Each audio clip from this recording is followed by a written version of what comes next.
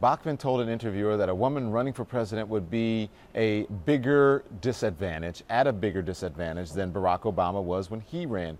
Here's what she told Cal Thomas. She says, I think there was a cachet about having an African-American president because of the guilt.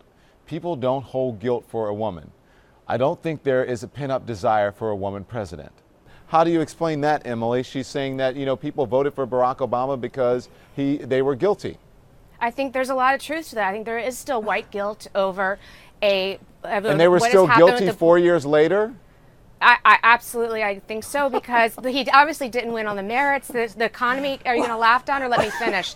The economy is a disaster, and it's the highest unemployment rate, even though it was jimmied in the end, that any president's been reelected. So, and he destroyed our healthcare system. So, what merits was he elected? I think people want to give him a chance because he's black. With all due respect, what you said is incredibly insulting and presumptuous, because I know plenty of people, whether I know them personally or people in my own family, who do think that he has done quite a bit, whether it was the Affordable Care Act, which you may disagree with, but is changing their lives, and a lot of other things, such as trying to make it easier for people who have student loan debt. Things like that matter to certain people. They may not matter to you, but those are the reasons those people voted for him, not because he's a black guy. And I think that's incredibly insulting. The other thing I have to say about her remarks, and the part that do not seem to have been taken out of context, which is that I'm really sick and tired of this whole suffering, who's had it worse Olympics, where a privileged white lady says that it's so much tougher for her than it's going to be for an African American. Try telling that to the parents of Trayvon Martin or Jordan Davis. I don't think that they believe that it's so much easier